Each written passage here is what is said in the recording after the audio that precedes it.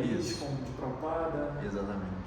Então hoje a gente vai falar da filosofia, que Prabhupada ele tinha 4, não sei se são princípios, né? Mas ele falava que os livros são a base, né? Os livros são a base, pureza é a força, utilidade é o princípio e pregação é a essência, né? Eu sei que hoje em dia essa palavra pregação ela é um pouco, às vezes, assim, sei lá, um pouco batida, né? Quando a gente fala religião, Deus e pregação, acho que todo mundo já fica assim meio com preconceito, né? Porque, com razão, né? Hoje em dia a gente vê muita patifaria por aí, né? Mas a pregação que o Prabhupada fala é a ideia de propagar esse conhecimento, né? Isso chama pregação, né? E a nossa ideia aqui da ISKCON, né? A gente não quer converter ninguém, né? Então se aqui tem alguém que é cristão, alguém que é budista, alguém que é umbandista, kardecista, a gente não quer que ninguém deixe de ser o que é para se tornar um Hare Krishna. Essa não é a nossa proposta, né? Tem um vídeo de Prabhupada no YouTube que ele fala isso. Ele fala que a ideia aqui da ISKCON é que a gente fale de Deus para as pessoas, né? Porque as escrituras védicas, eu vou mostrar aqui para vocês uma parte, vocês vão curtir. Tem muito detalhe sobre Deus, mas muito mesmo, assim. É a cor do cabelo, é a cor dos olhos, é o que gosta de comer, o que ele gosta de fazer, quem são os amigos, onde ele mora, tudo, assim, tudo de Deus está escrito nos Vedas. Então é muito detalhe. Então o Prabhupada fala, se as pessoas querem conhecer Deus, vem aqui que a gente fala. Essa é a ideia, né? Você não precisa deixar de ter a sua fé cristã, ou seja lá o que for, né? Tanto que aqui na ISKCON, eu tenho um irmão espiritual. Quando a gente fala irmão espiritual, significa que é um devoto que foi iniciado pelo mesmo guru, né? O guru é Chandra Swami, então tem um devoto que também foi iniciado por ele. E ele é padre americano, né? É o padre Sérgio. Aí ele foi iniciado, né? O nome dele espiritual é Sanatana Dharma. E ele continuou sendo padre, ele deixou de ser padre. Então ele aderiu o cabelinho, né, que os monges aderiram, esse cabelinho que atrás, ele aderiu porque ele quis. E ele vai lá dar a missa dele, ele batia na cabeça do Hare Krishna e tudo certo. Né?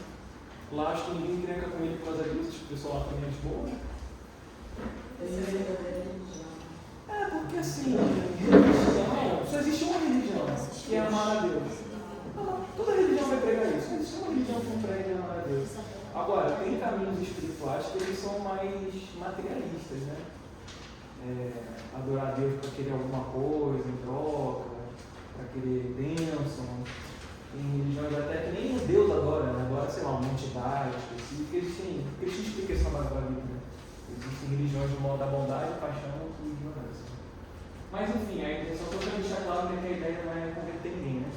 Mas sim agregar valor a isso para a caminhada de cada um. Então a gente vai começar. Então hoje o nosso assunto é filosofia, que como eu disse, Prabhupada disse que os livros são a base. Os livros são a base, pureza é a força, utilidade é o princípio e pregação é a essência. Beleza, Sérgio? E assim, a gente tem um slogan que é Cante Hare Krishna e seja feliz. E de fato, isso é escritural, né? Isso é védico. Realmente, o processo dessa era é cantar os nomes de Deus, né? Porque nessa era que a gente está vivendo, Kali Yuga, Krishna não está aqui fisicamente. Obviamente, ele é tudo, ele está aqui também, mas ele, pessoa mesmo, não está aqui. E por ele não estar aqui, os semideuses também não estão mais aqui realizando sacrifícios, rituais, como a gente vê no Mahabharata, no Bhagavad, por exemplo, Shiva vinha aqui, Narada Muni, não tem mais isso. Então Deus está presente hoje através do seu nome, né, que é Krishna, e tantos outros nomes também. Né? Mas, para a gente poder cantar Hare Krishna na maneira ideal, que é uma maneira pura, né, com amor mesmo, a gente tem que entender Krishna, né? A gente não consegue ter uma relação com alguém sem conhecer a pessoa, né? Fica tipo um web namoro, assim, uma coisa esquisita. Né? Você tem que saber a pessoa o que ela gosta, sei lá, o cheiro dela, o que ela gosta de comer, como é que ela se veste, qual o estilo dela, a personalidade. Então, com Deus é a mesma coisa. Deus é uma pessoa. Essa já começa assim a base da nossa filosofia. Né? Deus é uma pessoa. E o termo técnico para isso seria Bhagavan. Né? Bhaga significa qualidade e Van significa detentor. Ele é detentor de qualidade. Né? Então, Deus é uma pessoa e nós podemos nos relacionar com Ele. Na verdade, nós naturalmente somos seres espirituais. Então, naturalmente, a gente já tem uma relação com Deus. Né? Só que devido a esses ciclos de nascimentos e mortes, aqui no mundo espiritual, no mundo material, a gente vai se distraindo e vai esquecendo. Né? Por exemplo, sei lá, vamos imaginar que um filho sai de casa, né? Vai morar em outro país, e aí para de ligar para a mãe, para de perguntar como ela está, vai esquecendo. Né? É mais ou menos a mesma ideia, a gente meio que esqueceu. E com isso a gente sofre, né? Porque Deus é a fonte de todo prazer, de toda felicidade. E se a gente deixa de ter contato com Ele, a gente deixa de ter contato com aquilo que nos faz feliz.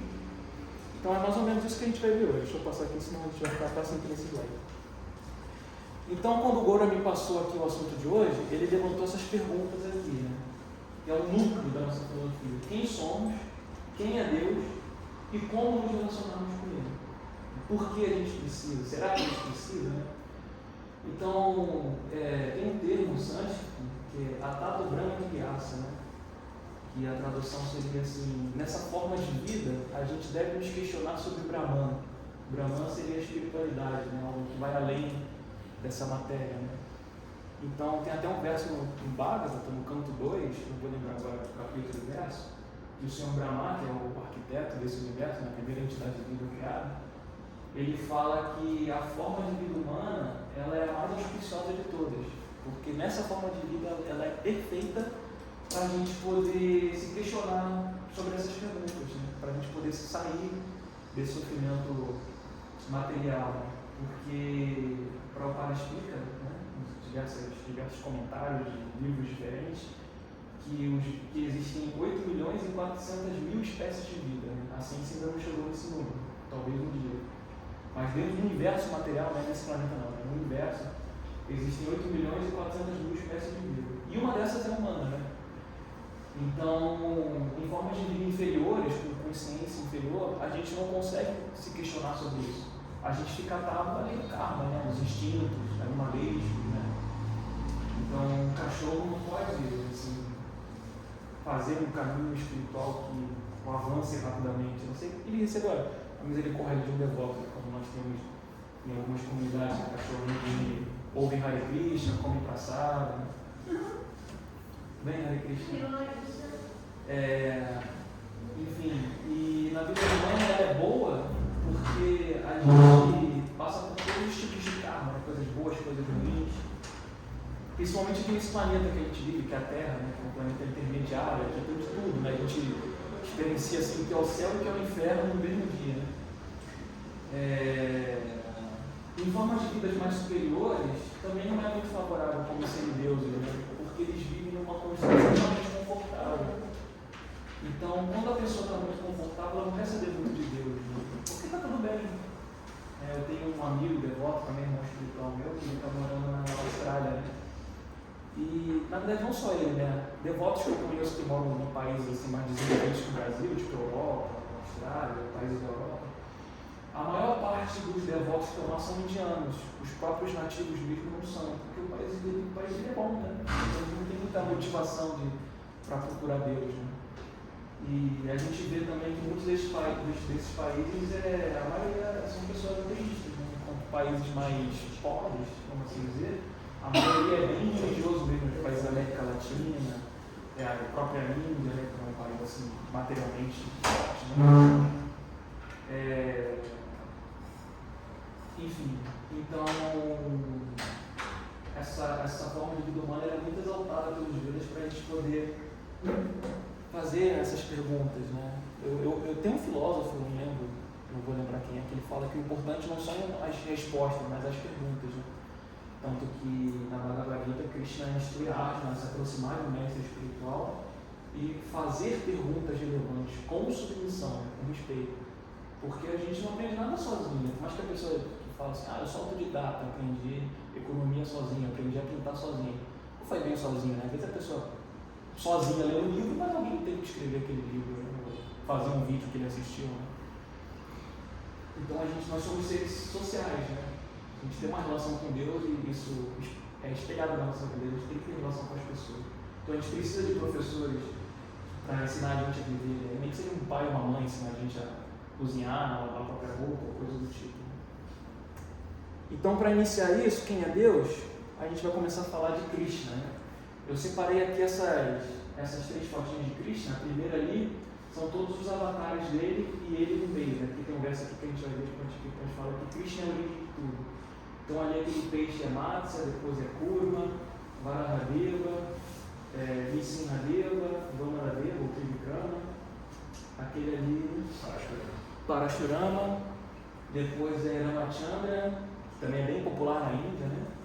Aí essa fotinha aqui já é o próprio Krishna mesmo, né? Krishna e Balarama, que vieram há 5.000 anos atrás e ensinaram a Bhagavad Gita, viveram as histórias que a gente conhece, né? Em Dwarka,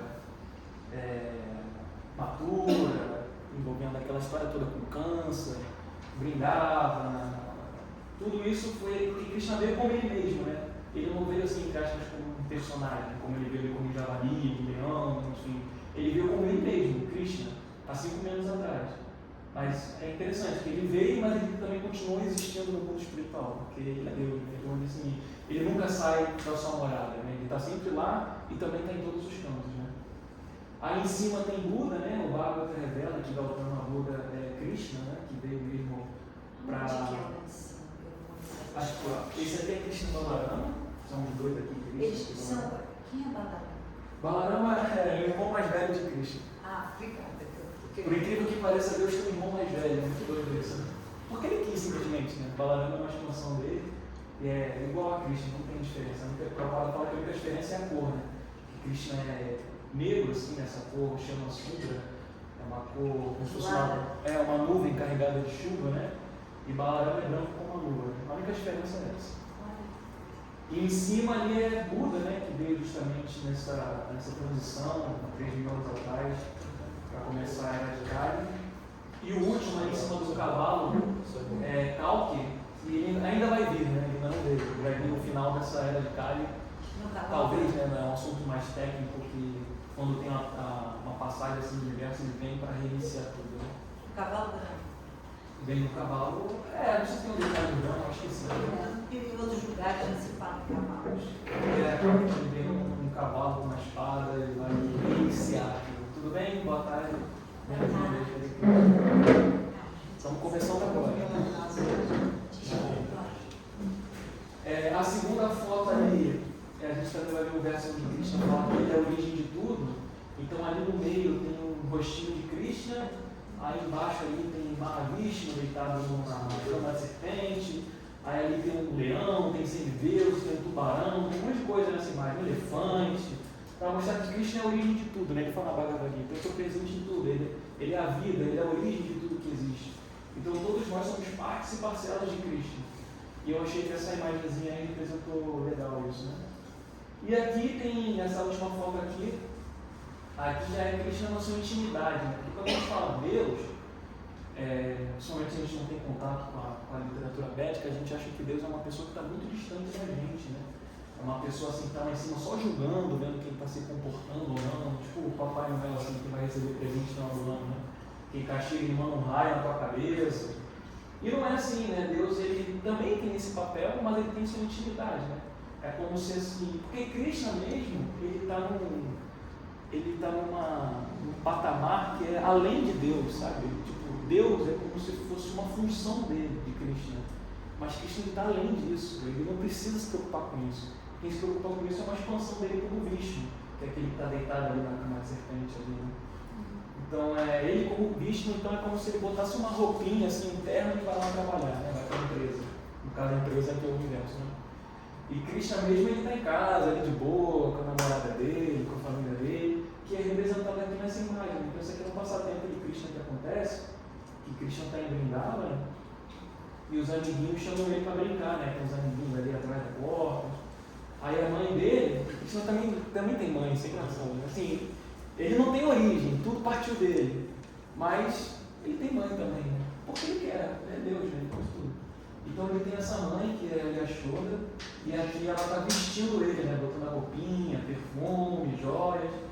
E aí Krishna convida um amiguinho dele, aí a mãe Yashoda convida um amiguinho dele para ajudar ela.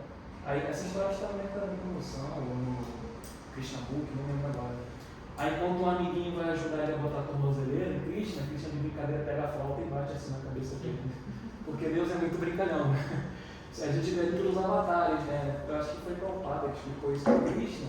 Ele tem sempre a aparência de um jovem de 16 anos, então ele tem muito esse humor de jovem. Né?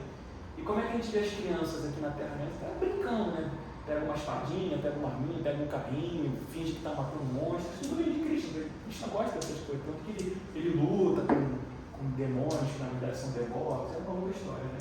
Então ele vem como peixe, vem como tartaruga, vem como leão, vem como javali. É uma coisa inconcebível, né? Então ele gosta de brincar. Então ele dá uma porrada na cabeça do amigo com a flauta, a mãe briga com ele, os amiguinhos estão lá esperando. Então essa é a intimidade, né? Essa é a suprema personalidade de Deus. Deus que a gente adora é esse moleque para Deus, que faz besteira, né? É isso aí.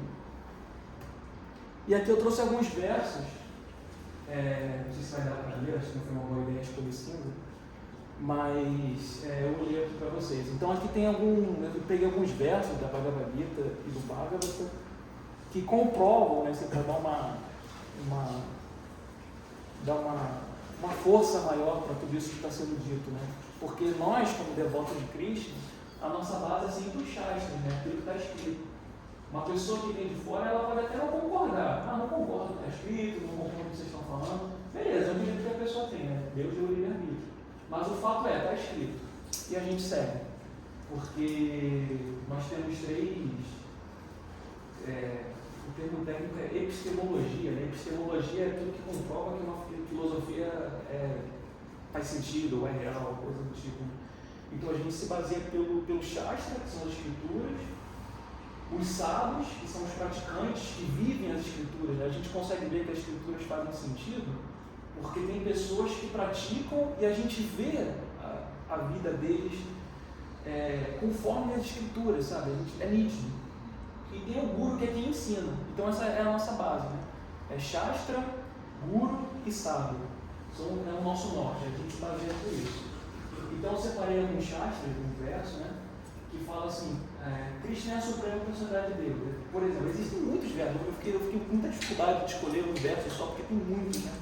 Mas o verso que eu escolhi é o 7.7, até botei uma parte dele e botei tudo, outra parte não tem muito a ver com o assunto, mas ali Krishna fala para Arjuna, ó conquistador de riquezas, não há verdade superior a mim. Então Krishna já se revela ali como a suprema personalidade de Deus. E o interessante é que no final, acho que eu botei isso na aula de hoje, que eu também depois vou falar lá na aula de domingo, né, na aula do festival. E no final da Bhagavad Gita, Arjuna concorda com Krishna, né? Tipo assim, beleza, ouvindo, entendi tudo que você falou, a pessoa suprema, e vou agir segundo a sua instrução.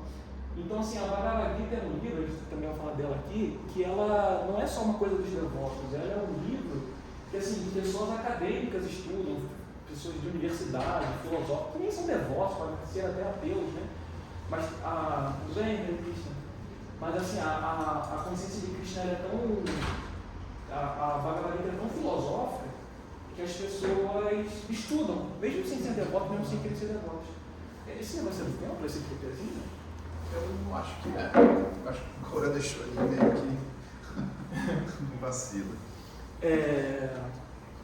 Então, e assim, aí existem sim escolas filosóficas que buscam a transcendência, alcançar a meta suprema da vida, que estudam Bhagavad Gita, mas eles colocam uma interpretação em cima dela, né?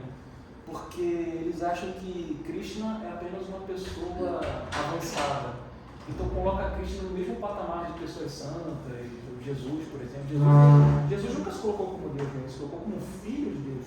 Meu pai está à minha direita, tem um reino. Tudo isso é explicado nos Vedas também. Né? Mas Krishna seria esse pai, né? Ele é esse pai. Então ele não está no mesmo patamar do filho, ninguém está no patamar do filho. Então, tem escolas filosóficas, mesmo védicas, que acham que a verdade absoluta é impessoal. Não tem forma, não tem nada de tudo isso aqui é uma grande mentira. Aqui é temporário, a gente sabe, né? Não é assim, a verdade absoluta. Mas isso aqui existe, é real, né? Mas eles acham que Krishna é uma pessoa que também está em Maya, que tem algo além. Então não faz sentido essas pessoas estudarem a Bhagavad Gita e não chegar na mesma conclusão que Arjuna chegou. Assim, é uma coisa, sei lá, você vai aprender mecânica, mas você não concorda que ali o motor faz tal coisa que nitidamente faz. Sei lá, né? É meio estranho. Então aqui é só um verso que comprova assim, o Krishna falando, eu sou não há verdade superior a mim. Posso perguntar uma Claro. Nessa condição de Krishna ser mais do que Deus, como você falou, Uhum. ele poderia ser chamado de Bhagavan ou de um Guru? Mistura Sim, ele é Bhagavan, que ele é a pessoa suprema também. Deus tem muitos nomes, Bhagavan é um dele. E ele também é Guru porque ele é a fonte de todo conhecimento, né? Tá certo. Ele é conhecido como Chaita Guru, né? Chaita é interno, né? Então ele é o Guru do coração. Tanto que na criação do universo, aí é um assunto bem técnico, né? Mas na criação do universo, Brahma surgiu, né? Que é a primeira entidade viva. E como ela surgiu, ela não tinha conhecimento, porque só tinha ela, né? Aprender de quem, né? Então ele fez austeridade, meditou e Krishna deu conhecimento no coração dele. Então Krishna é o Guru dele, entende? E mesmo na Bhagavad Gita, a Arjuna pede abrigo para Krishna, né? Então Krishna é o Guru de Arjuna também, se torna o mestre espiritual dele. Então, Ele Krishna seria também. o todo, no caso. Oi? Ele seria o todas. Seria o todo? Todo, tudo que existe. Sim, Krishna, né? Ele também é um Guru. Assim, Krishna costuma ser entendido como Guru, mas na forma de Balarama, né? Balarama que é essa personalidade que dá o conhecimento, que é o Guru Supremo e tal. Mas, como eu falei, Krishna e Balarama não tem diferença, né? No capítulo 4, aí da Bhagavad Gita, ele é só sobre esse conhecimento transcendental, né? E logo no começo do capítulo 4, Krishna explica que todo esse conhecimento que ele vai passar na Bhagavad Gita e tudo mais, ele passou originalmente numa cadeia de sucessão. Então ele mesmo, no capítulo 4, ele explica todo esse conhecimento e como ele é esse guru original, né? É dele que vem esse conhecimento e assim os outros gurus vão recebendo e passando para frente. Então é bem... ele explica com pormenores como isso funciona. Perfeito, obrigado, Greg. Inclusive, essa parte da Gita que o Greg está falando é muito importante na nossa filosofia também, é o conceito de parampara, né? É uma sucessão discipular. E Krishna explica que ele é a origem de tudo, né? Ele explicou para o Deus do Sol, que passou para o filho dele, que passou para não sei quem, que foi chegando até aqui na gente, né? Então, uma coisa que eu gosto muito, que uma das coisas que mais me convenceram a me tornar um Hare Krishna, né? Foi essa fidelidade, não tem deturpação. Por exemplo, o que eu estou falando para vocês agora, vocês vão ouvir no templo lá em Los Angeles, vocês vão ouvir lá na Índia, porque a nossa base é a mesma, né? Obviamente cada um coloca a sua experiência, a sua percepção, mas a base é a mesma, né? Não tem diferença. Então, vocês não vão chegar no templo da ISKCON lá em Paris e vão falar que Krishna não é Deus, ou que não tem parampara, ou nada disso, né? É a mesma coisa. Então, essa fidelidade, ela me convenceu, né? Porque a gente sabe que, por exemplo, nós temos uma base cristã, né, para o nosso país. A gente sabe que a gente não tem uma versão segura da Bíblia. Talvez tenha alguma mais referência, mas o que a gente sabe é que passou na mão dos romanos, ou teve uma deturpação. Nos Vedas não tem isso, está lá, está escrito. Não importa se é polêmico ou não, está lá. Entendeu? E aí o segundo ponto ali, então, Krishna é a fonte de tudo que existe. Eu separei alguns versos aqui, Bhagavad Gita 10:8, que fala o seguinte: eu sou a fonte de todos os mundos, espirituais e materiais. Tudo emana de mim. Depois o verso do Brahma Samhita 5.1, que é bem famoso, sabe o sânscrito dele? Eu vou agora há pouco. Fala Krishna Karanam, Ishvara Paramatma e por aí vai, né? Enfim, não precisa se preocupar não. Aí a tradução desse verso é a seguinte: Krishna, que é conhecido como Govinda, que é um outro nome de Krishna, Govinda significa que ele dá prazer aos sentidos, né? Go significa sentido, né? Sentido também significa vaca, né? Então Govinda é esse nome de Krishna associado geralmente a vaquinha, ou aquele que dá prazer aos sentidos. Então Krishna é conhecido como Govinda, é a divindade suprema, seu corpo é eterno, bem-aventurado e espiritual. Tem muita gente que escuta Satchitananda. Sati é eterno, Chit é de conhecimento, consciência, e bem-aventurado, é feliz, né? Ananda. E espiritual, obrigado, né? Então o corpo dele é eterno, pleno de conhecimento e bem-aventurado. Ele é a origem de tudo. Ele não tem outra origem. E é a causa primordial de todas as causas. Quem está falando disso acho que é Brahma, né? Brahma Samhita, enfim. Né? Então esse verso ele é bem importante. Brahma Samhita 5.1. Os devotos costumam decorar assim, esse verso. Porque ele é bem uma carteirada assim, de quem é Krishna. Então, ali o terceiro tópico, Krishna, ele possui forma, qualidades e atividades eternas, como eu comentei ali naquela fotinha, né, que ele estava ali com os amiguinhos e tal. E eu separei um verso aqui também muito bom, que é Krishna do Bhagavan Swayam, que é o Bhagavatam, canto 1, capítulo 3, verso 28. Que fala o seguinte: todas as encarnações acima mencionadas, do verso anterior, não desse verso, mas do livro lá, né? Todas as encarnações acima mencionadas são ou porções plenárias ou porções das porções plenárias do Senhor. Mas o Senhor Shri Krishna é a personalidade de Deus original. Então aquela foto aquela imagem que eu mostrei antes, né? Que tem os avatares de Krishna, e na segunda ali tem semideuses, tem uns animais, tem um monte de coisa. Krishna é a origem de tudo. E esse verso, ele dá uma comprovada nisso, né? Que Deus, ele tem suas funções, suas expansões, assuntos técnicos, né? Mas Krishna é a pessoa original. Então, uma forma da gente ver isso é como, por exemplo, essa garrafa aqui. Essa garrafa aqui tem 1,3 litros. Eu consigo encher vários copinhos de 200 ml dela, mas essa aqui é como se fosse a garrafa original, né? Ela não deixou de ser garrafa porque ela encheu outras garrafas, né? Ou então uma vela, né? Se a gente tem uma vela, a gente consegue acender, sei lá, talvez quase um BG é Bhagavad Gita. E SB é o quê? Srimad Bhagavatam. Ah, não, tá. A gente vai falar depois. Não, o que é Shri? Srimad. Srimad significa auspicioso. Shri. Olha, Shri Krishna. Shri significa auspicioso.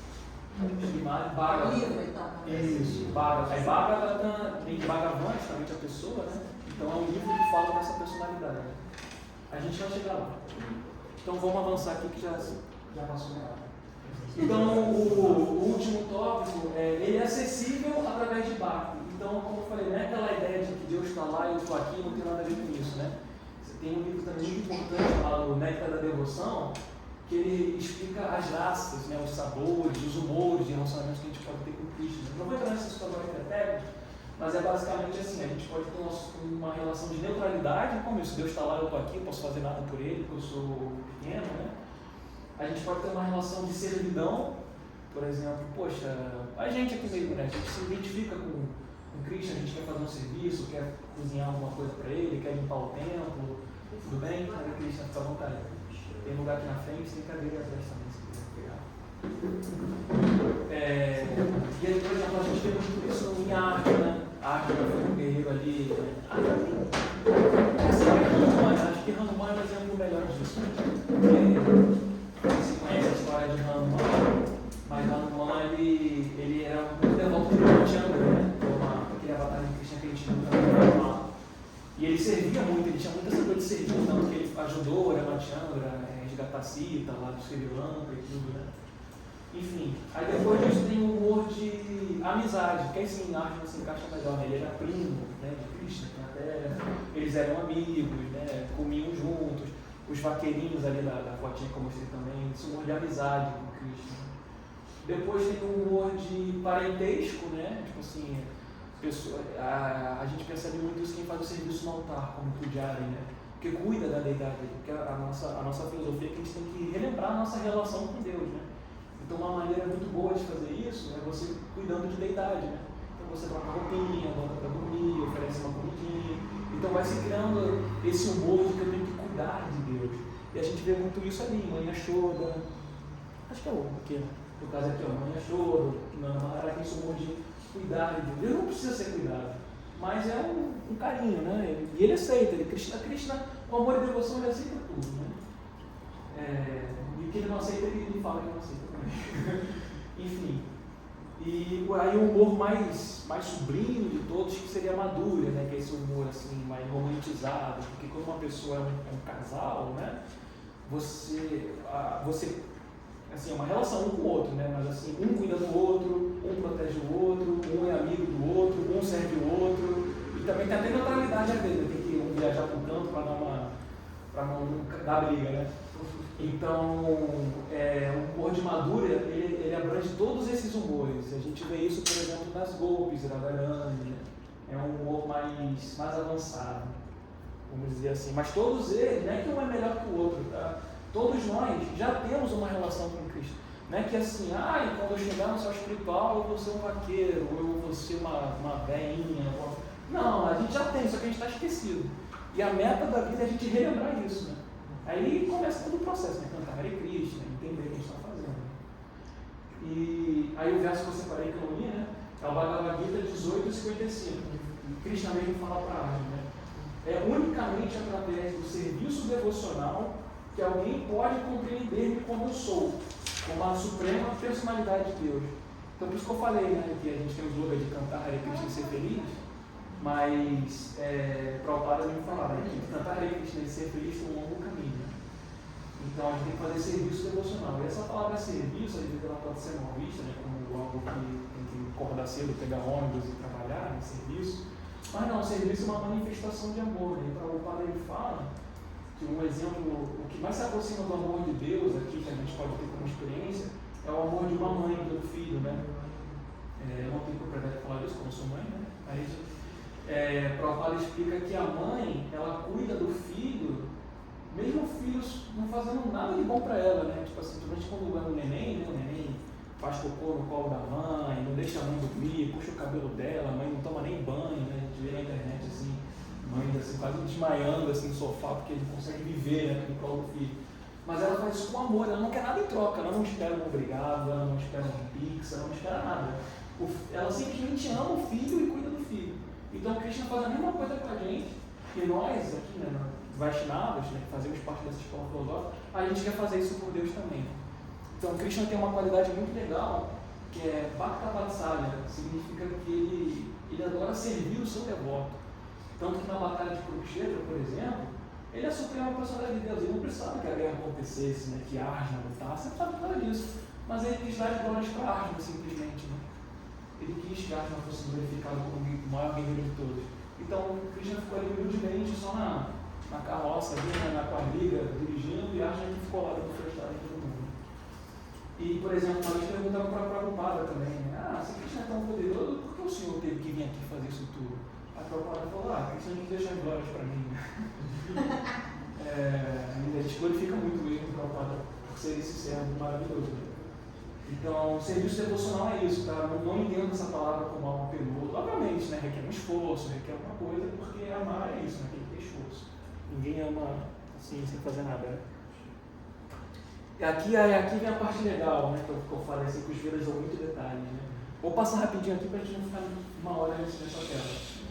Mas... Merecia, pelo visto, né? Oi? Merecia. Mas eu vou compartilhar com vocês isso tudo. Essa descrição está na introdução, não, está em algum capítulo, aqui ó, Néctar da Devoção, capítulo 21, que escreveu foi Rupa Goswami, um associado de Chaitanya Mahaprabhu, enfim, são outros assuntos, né? Mas ali está escrito assim, após consultar diversas escrituras, Rupa Goswami era um santo, né? Após consultar diversas escrituras, ele enumerou as seguintes qualidades transcendentais do Senhor. Então ele enumerou 64 qualidades de Krishna, mas assim, algumas qualidades são encontradas em algumas expansões e tal, mas essas 50 está em Krishna e também em todas as suas expansões, seja lá quem for. Então, as 50 principais qualidades de Krishna são as seguintes. Todo o seu corpo possui características formosas. Então as escrituras falam, né, como é que são as coxas de Krishna, o quadril, o peito, fala de tudo, é incrível. 2. Ele é marcado com características completamente auspiciosas. Então fala que ele tem marcas nas solas do pé, que tem uma joia, um cabelinho, não sei o quê, né? Inclusive, se você for para a Índia ou aqui mesmo no Brasil, e alguém fala assim para você, olha, eu sou Deus, tá? Mas é porque eu estou aqui disfarçado. Então pede para ver a sola do pé dele, se não tiver marca auspiciosa, não é Cristo. É uma das formas de identificar que não é Deus. Ele é extremamente agradável, ele é refulgente, ele é forte, ele é sempre jovem, um admirável linguista, ele é veraz, conversa agradavelmente, eloquente, altamente erudito, altamente inteligente, um gênio, artístico, extremamente engenhoso, perito, agradecido, firmemente determinado, competente juiz do tempo e das circunstâncias, observa e fala com base na autoridade dos Vedas ou escrituras. Aqui é um ponto importante, que no capítulo 15 da Bhagavad Gita, ele fala que ele é a origem dos Vedas, né? Então ele é a origem de tudo que está escrito. E a meta dos Vedas é conhecê-lo. Né? Então essa qualidade dele aqui é importante, né? E porque ele segue aquilo que ele fala, né? Tem aquele ditado, né? Ah, faça o que eu falo, mas não faça o que eu faço. Não, Krishna é faça o que eu falo e faça o que eu faço também. Então 21, ele é puro, autocontrolado, tenaz, paciente, clemente, grave, autossatisfeito, equilibrado, magnânimo, religioso, heróico, compassivo, respeitoso, gentil, generoso, tímido, o protetor das almas rendidas, feliz, o bem-querente dos devotos, controlado pelo amor, completamente auspicioso, o mais poderoso, plenamente famoso, popular, parcial para com os devotos, muito atrativo a todas as mulheres, e os homens também, né? Completamente adorável, inteiramente opulento, completamente honrado e o controlador supremo. E aí no final botei a próxima que estava escrito lá, que é assim: a suprema personalidade de Deus possui todas estas 50 qualidades transcendentais por completo, em profundidade como a do oceano. Em outras palavras, a extensão de suas qualidades é inconcebível. Nada do que está escrito aqui fui eu que escrevi, tá, gente? A única coisa que eu escrevi, mesmo que são minhas palavras, são meus tópicos pretos ali, né? Mas o resto é tudo que eu peguei, tá? Não tem opinião minha nisso aí, não. Tá? Então, enfim, eu achei legal compartilhar isso aqui para ver como os Vedas dão... E tem muito mais, tá? A gente fala da cor dos olhos, cor dos lábios e por aí vai embora, né? Mas encontramos isso na leitura da Gita. Esse aí, por exemplo, está no Néctar da Devoção, né? Lá tem muito detalhe mesmo. Tá. Fica aí, isso aí é para ver. Deus tímido, me perdoe, mas o que é um Deus tímido? Tímido? Pois é, não sei também. Né? É tímido. Tem algum exemplo dele? Eu não lembro agora, assim. Isso daí é mais nesse trato que ele tem com as pessoas, nesses passatempos, nessas vilas. Então, assim, ele não é espalhafatoso, é como se ele fosse, hoje em dia a gente diria talvez recatado, né? Então ele não é essa pessoa que vai estar sempre buscando glórias, apesar de ser o mais glorioso, né? Então ele não vai, enfim, ele não vai dessa maneira, ele não vai se postar dessa maneira, né? Então ele vai se colocar ali de fato de um jeito bem, apesar de ele ser todo atrativo, né? Que a gente é muito atrativo ali, então assim, isso vai acontecer naturalmente, né? Mas não é da personalidade dele se apresentar dessa forma. Perfeito, Brian, obrigado. Inclusive, Brian, você me lembrou uma história de Chaitanya Mahaprabhu, que é uma avatar de Krishna, né? Que ele veio no humor de devoto, um sannyasi, né? E ele chegou numa, como é que fala? Um evento assim, cheio de brahmanas, cheio de santos, né? E ele, mesmo sendo a suprema personalidade de Deus, ele chegou nesse congresso, nessa assembleia, e ele ficou sentado na entrada. E a entrada era um lugar sujo, as pessoas chegavam ali, lavavam os pés, era amassado, e ele ficou ali, né? Então, assim, tem uma timidez aí também, uma humildade. Eu lembrei desse, para poder exemplificar aqui, né?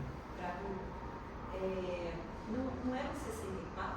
São 64, mas essas 50 estão, acho que só em Krishna, se não me engano. Porque as outras expansões, às vezes, têm algumas personalidades, enfim. É um assunto mais técnico, fica aí também para vocês estudarem, lerem o Néctar da Devoção. São 64, sim, mas algumas, tipo assim, está só em Narayana, outras está só em Vishnu, coisa do tipo, entendeu? Essas aqui são exclusivas, não exclusivas, enfim, né? São as principais, como está aqui, ó. Possui todas essas 50 transcendentais por completo, em profundidade como o do oceano. Não botei 64 porque não tinha slide para isso. Eita.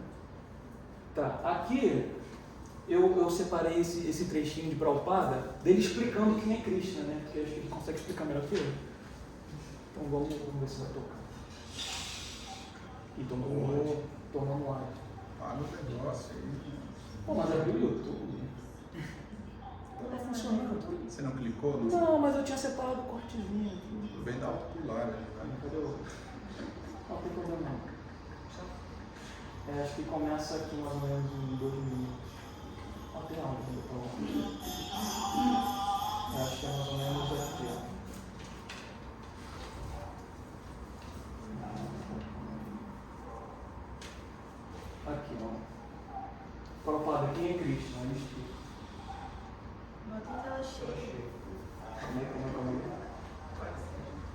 acho que eu vou ler também. Vocês conseguem ler aí a legenda, todo mundo? Ele está falando em chinês.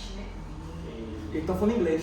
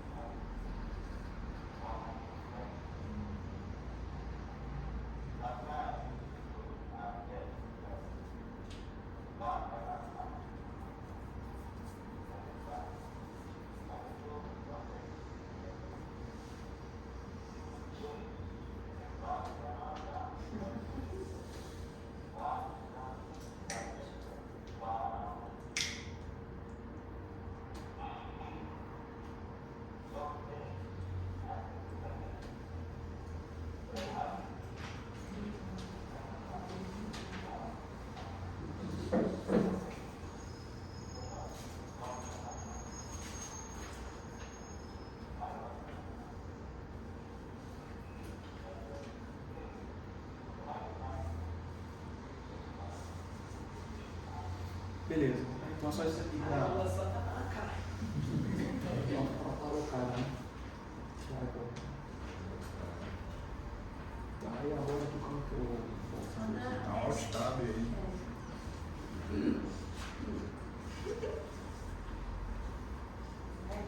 Alt tab. Depois você pode partilhar esse. compartilha. Compartilha tudo. Acho que eu vou ter que parar e voltar a apresentar.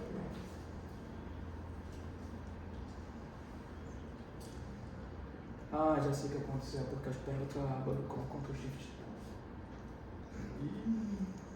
Vazou. Aí. Beleza. Mas aí agora me quebrou aqui. Tá, vamos por aí, né? Vamos perder. Então, próximo assunto. A gente terminou até agora o assunto sobre Krishna, né? Vamos resumir conforme foi possível, porque Krishna é infinito, não tem como descrever Krishna completamente, mas eu tentei apresentar alguns versos, algumas coisas, né? Então agora a gente vai falar de alma, né? Que é a nossa essência. Nós somos almas, seres espirituais. Então primeiro eu botei uma fotinha de Prabhupada, porque ele é um exemplo de como agir como alma, né? Ele realmente agir como um ser espiritual. Grandes almas, mesmo estando aqui na Terra, eles agem como alma, né? Eles não se enredam materialmente. Obviamente, eles comem, eles dormem, porque eles estão no corpo material, né?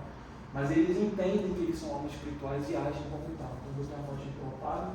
Ali eu botei uma fotinha que representa o verso 5:18 da Bhagavad Gita. Ali primeiro é um devotinho, né? Está me cantando japa. E significa que é um verso, eu botei esse verso na frente, fala assim, um sábio, erudito e cortês, devido à luz do conhecimento, ele enxerga com os mesmos olhos um brahmana, erudito e cortês, que está ali um outro menininho, um outro carinho, qualquer coisa assim, né? Uma vaca, um elefante, um cachorro e um comedor de cachorro, né? Então, aí não dá para ver muito bem, mas dá para ver no peito de cada ser ali tem um Paramatma ali, que seria Krishna, né? Porque tem um verso que fala que Krishna acompanha a mudança da entidade viva, ele está junto da alma. Então aqui no nosso coração, no nosso chakra coronário, tem nós, almas mesmo, né? Que é uma luzinha, uma coisinha assim, e do lado tem Paramatma, Krishna. Então toda entidade viva tem Krishna, né? Então uma pessoa muito avançada espiritualmente, ela consegue entender isso. Ela entende quem realmente, apesar dos corpos, né? Somos todos almas. E o terceiro ali, eu botei uma imagem que mostra assim, uma pessoa querendo avançar, né? Tem ali um devoto, ali, questão de reverência, e ali tem Krishna ali com uma vaquinha, e ali tem assim, o universo material, essa boa, é uma foto muito louca, né? Mas essa foto demonstra bem o universo, né? Porque o céu é como se fosse o céu espiritual. Imagina assim, o nosso espaço, assim, né? Aquele preto com estrela, sei lá, né? Aí ali tem o Mahavishnu, isso na plataforma espiritual, né? Tem um Vishnu deitado e dos polos de Vishnu saem os universos, né? Que são cada bolinha dessa, cada bolha. Aí aqui está exemplificando, né? Por exemplo, isso aqui é o nosso universo, a gente mora aqui dentro, né? Falam que o universo é infinito, mas não é. Os Vedas falam até o tamanho dele. Então a gente está nessa bolha, aí aqui tem Brahman, aqui tem tudo, e a gente está aqui dentro, né? Se for botar um zoom nas coisas, a gente vai chegar nessa parte aqui, né? Então nós somos essa alminha querendo sair daqui. Os Vedas falam que o universo é finito. Fala tamanho, fala tudo. Tem um vídeo de um devoto, tem um devoto brasileiro que mora na Índia, é o Chaitanya alguma coisa. Ele fez um vídeo muito legal da cosmologia védica.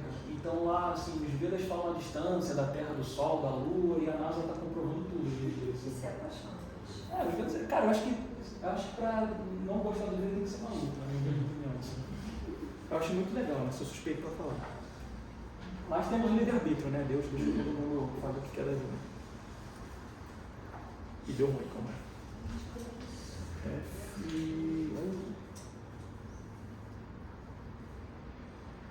Cara, eu vou fazer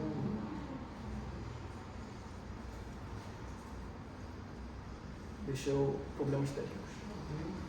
Vamos botar duplicar. Manter. Beleza. Beleza. Então aqui separei também mais alguns versos que falam sobre essa questão da alma. Eu vou tentar ser um pouco mais rápido, só para continuar na hora. Então assim, primeira questão, né? Somos almas espirituais eternas. Qual o verso que nos ajuda a provar isso? Como eu falei, né? Foi difícil pegar um verso só, mas eu peguei o 2:20 da Bhagavad Gita, que fala o seguinte: para a alma, em tempo algum existe nascimento ou morte. Ela não passou a existir, não passa a existir e nem passará a existir. Ela é não nascida, eterna, sempre existente e primordial. Ela não morre quando o corpo morre. Então nós não temos nascimento, né? A gente tem nascimento material aqui, né? Nosso pai, nossa mãe. Mas a nossa essência como alma, ela é eterna, sempre existiu. Assim, Não tem início nem fim. não tem início nem fim, sempre existe, né? E nem vai deixar de por exemplo, na luta lá, Arjuna não queria lutar, não queria matar as pessoas, essa coisa. Aí a Krishna falou, você está vendo só os corpos, mas essas pessoas elas não vão morrer, porque ninguém morre, assim, é uma ilusão, né? A morte é uma ilusão. Mas está na minha cabeça, estou pensando. Pode falar. Sim. São os Vedas, dizem que o universo é finito. Como é que ficamos nós, a alma, se não tem fim? Como assim? Não entendi o raciocínio. Existe finitude no universo, Sim.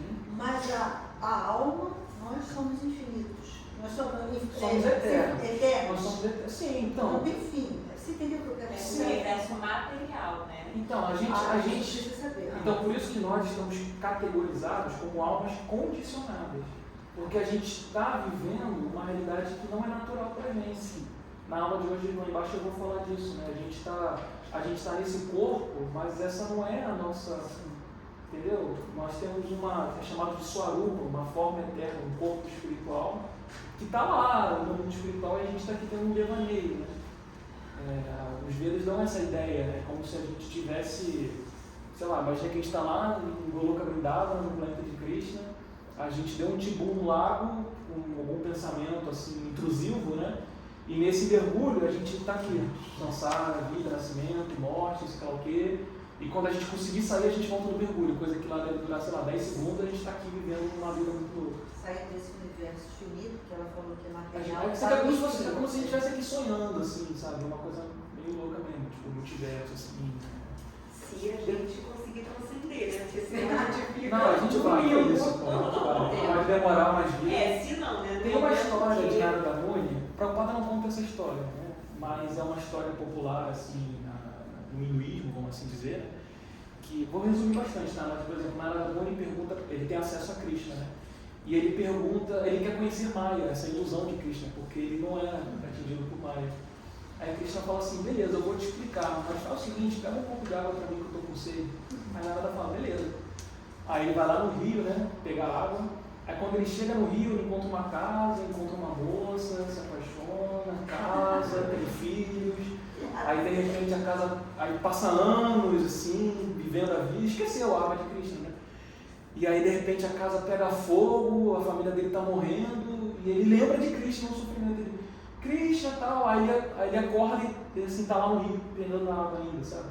Assim, foi uma coisa. Então é mais ou menos assim, né? Um assunto meio louco, né? Mas essa é a nossa realidade aqui. Enfim, vamos voltar para cá. Então, o segundo tópico ali, todos somos almas, todos, né? Eu, você, o cachorrinho da rua, o mendigo, os presidentes da república, plantas, árvores, todos somos almas. Eu peguei aqui o verso 5, 18 da Bhagavad Gita, que fala o seguinte, que é aquela fotinha ali que eu botei, né? Os sábios humildes, em virtude do conhecimento verdadeiro, vêm com uma visão equânime, o Brahmana erudito e cortês, a vaca, o elefante, o cachorro e o comedor de cachorro, que é o pai, que é a classe mais baixa da humanidade, né? Aqueles que comem cachorro. Então, uma pessoa que é chamada de Uttama, o Uttama, ele está acima, né? Ele está na plataforma espiritual, ele consegue ver todo mundo como alma, então ele se relaciona todo mundo como alma. Seja seu filho, sua esposa, colega de trabalho, chefe, pet, ele consegue entender que aquilo ali é uma entidade viva, que está condicionada, que precisa de ajuda. Então, isso até o Goro deve ter comentado no primeiro ponto. Na verdade, eu acho que ele nem acredita que precisa de ajuda, né? Porque para ele, todo mundo, consciente ou não de Krishna, está servindo Krishna. Dizem que para essas pessoas é muito difícil elas estarem aqui, porque elas estão sempre em um nível assim, muito... Né? Prabhupada, às vezes, em aula, entrava em transe e desligava, assim, né? Porque isso não tem nada a ver com isso aqui, sabe? Isso aqui só para servir mesmo. São associados de Krishna. Enfim, então, terceiro tópico. A consciência está presente na alma e não no corpo. Né? Prabhupada, ele deu um exemplo que ele fala quando o pai dele faleceu, né? Ele estava lá com o pai, no leito de morte, e ele fala assim, de repente meu pai não estava mais ali. Estava o corpo do meu pai, mas o meu pai não estava ali. Então, a consciência foi embora, a consciência está na alma, não está no corpo, né? Então, Krishna fala mesmo, né, que acho uma pergunta na Bhagavad Gita, Krishna, o que acontece com alguém que chega no final da vida, mas não atingiu uma meta, né, que é transcender? Aí Krishna fala, ela volta numa condição de vida mais favorável para a vida espiritual e continua do ponto onde parou. Você lembra que já jogou videogame, tem lá o save game, né? Aí assim, você está jogando lá. Aí sua mãe fala, vai dormir. Aí te salva o jogo, desliga, dorme, vai para a escola no dia seguinte. Quando você volta, você continua exatamente onde você parou. Teu bonequinho está lá, né? Então é tipo isso, a gente salva o game, morre, aí depois dá load, né? Volta no nível de consciência espiritual. Então o verso que eu peguei que fala isso, é o Bhagavad Gita 13:34, que fala assim, ó filho de Bharata, assim como o sol ilumina sozinho todo este universo, do mesmo modo, a entidade viva sozinha, dentro do corpo, ilumina o corpo inteiro através da consciência. E o último tópico, nossa verdadeira identidade, Swarupa, não é o corpo, mas servo eterno de Krishna. Aí eu peguei um verso do Chaitanya Charitamrita, que é bem famoso também, de Vera Swaruparaya Krishna Litadasa. E ele fala o seguinte, a posição constitucional da entidade viva é ser um servo eterno de Krishna, pois ela, nós, né, a entidade viva, é a energia marginal de Krishna e uma manifestação simultânea, una e diferente do Senhor, como uma partícula molecular de luz solar ou fogo. Krishna possui 3 variedades de energia.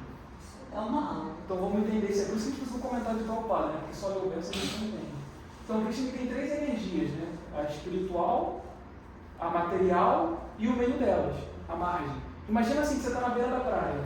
Então assim, tem o mar, tem areia e tem ali onde você molha os pezinhos, né? A gente, entidade viva, a gente está ali molhando os pezinhos.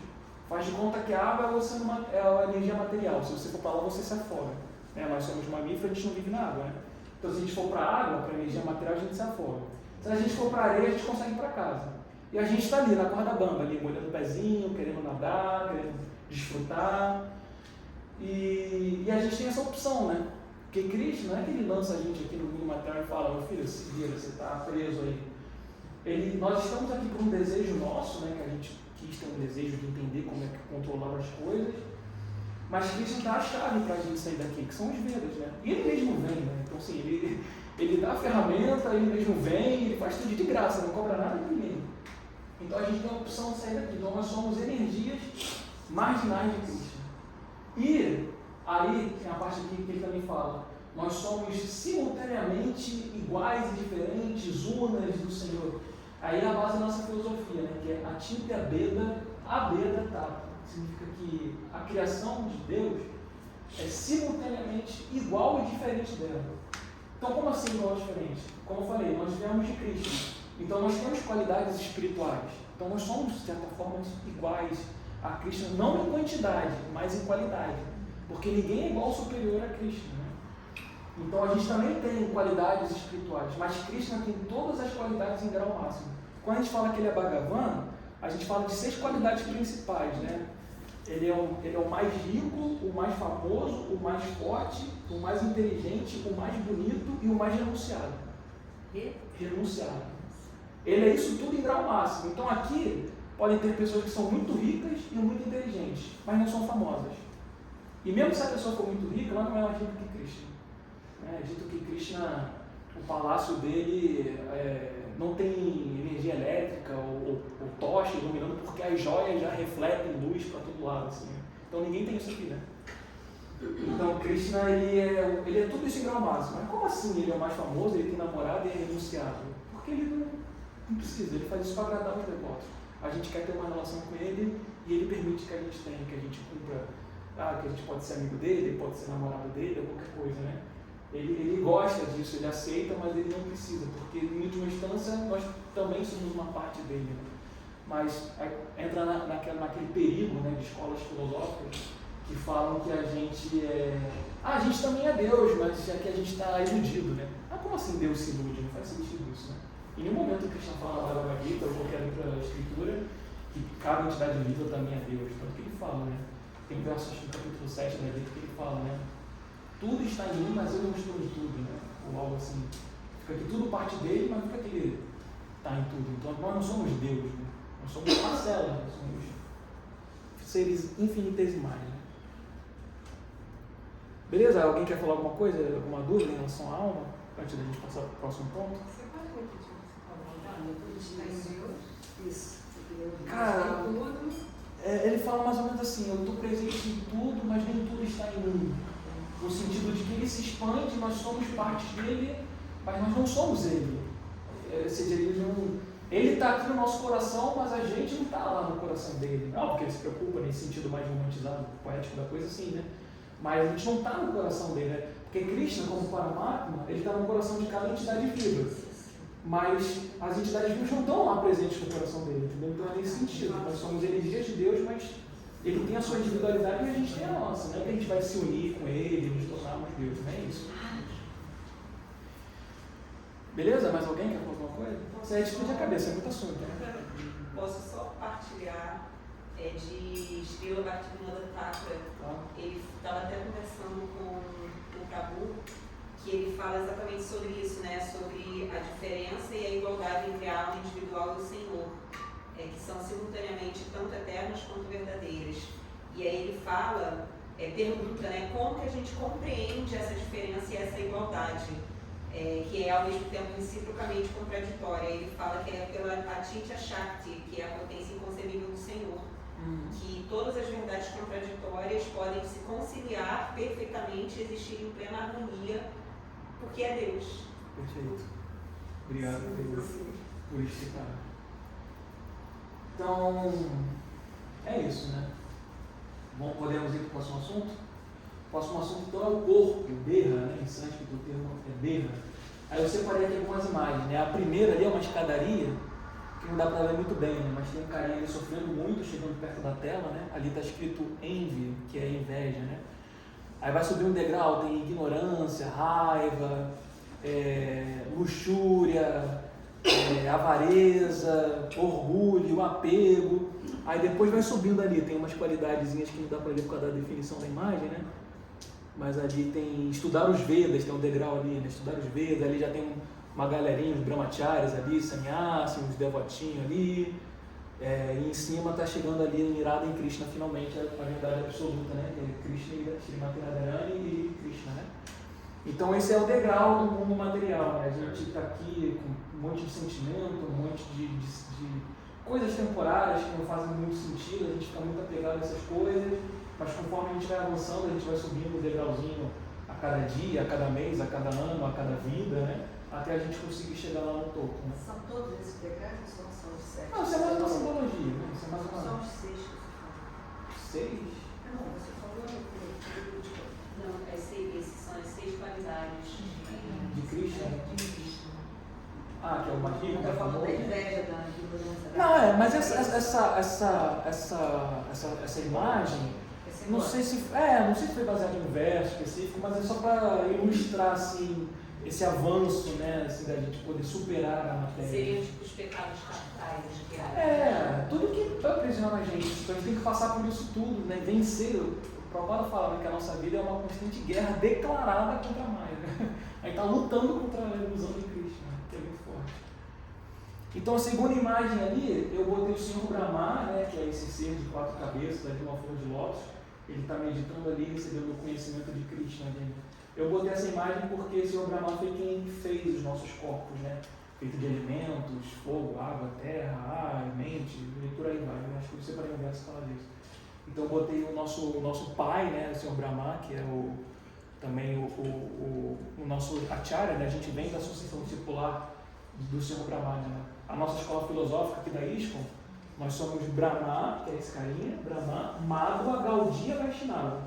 Mas para ficar mais fácil, a gente é conhecido como Hare Krishna.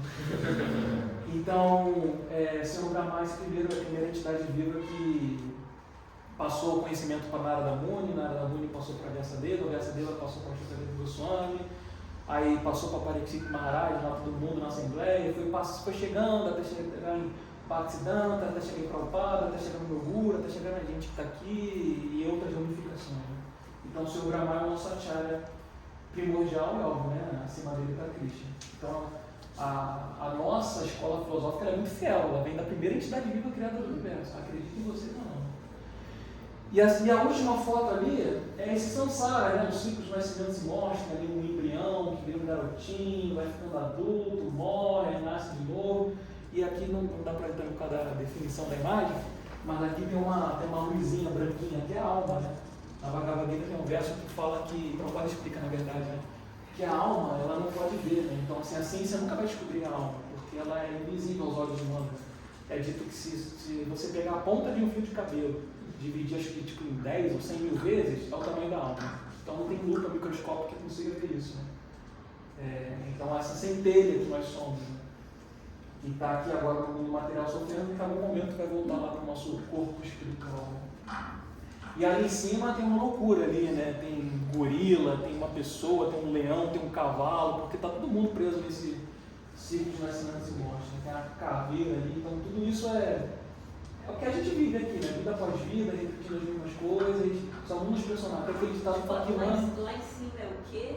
São tipo. É um monte de coisa junta. Não, são entidades vivas. Tem o reino animal ali, tem cavalo, tem leão, tem tigre, tem gorila, tem bicho voando, tem. A gente passa por isso. A gente passa, porque o Prabhupada explica que para a gente chegar na forma de vida humana é uma escala evolutiva. A gente começa com um corpo que tem uma consciência mínima e vai avançando até chegar assim no reino mineral, no reino vegetal, no reino animal, até chegar na forma de vida humana. Então os Vedas. Eu assim, agora é minha opinião baseada também na filosofia védica. Né? Dá para cortar caminho, né? Porque o Prabhupada fala, por exemplo, se a gente oferece uma flor para a deidade, para Krishna, para essa planta já é garantida a forma de vida humana. Então, olha, ela pula o reino animal todo de vida, entendeu? Então, por isso que os devotos assim, saem na rua cantando Hare Krishna, para que todo mundo possa ouvir e se beneficiar disso. Né? Então, a gente talvez ajude as pessoas aí a cortarem caminho, vão ter que passar por um monte de vida, perder tempo. Né? É um atalho. Bhakti é um atalho. Assim, você quer chegar no topo do prédio. Você pode subir os andares de escada, ou você pode pegar o elevador de Bhakti e chegar logo. Né? Então, para o Prabhupada, não queria perder tempo. Tem um atalho para isso. É consciência de Cristo. Né? Então, é muito sério e muito direto. A Gura falou também que podia passar um pouquinho, porque o programa lá embaixo começa às 4 horas da próxima aula. Né? Eu vou tentar parar antes para todo mundo poder beber água no banheiro, mas enfim.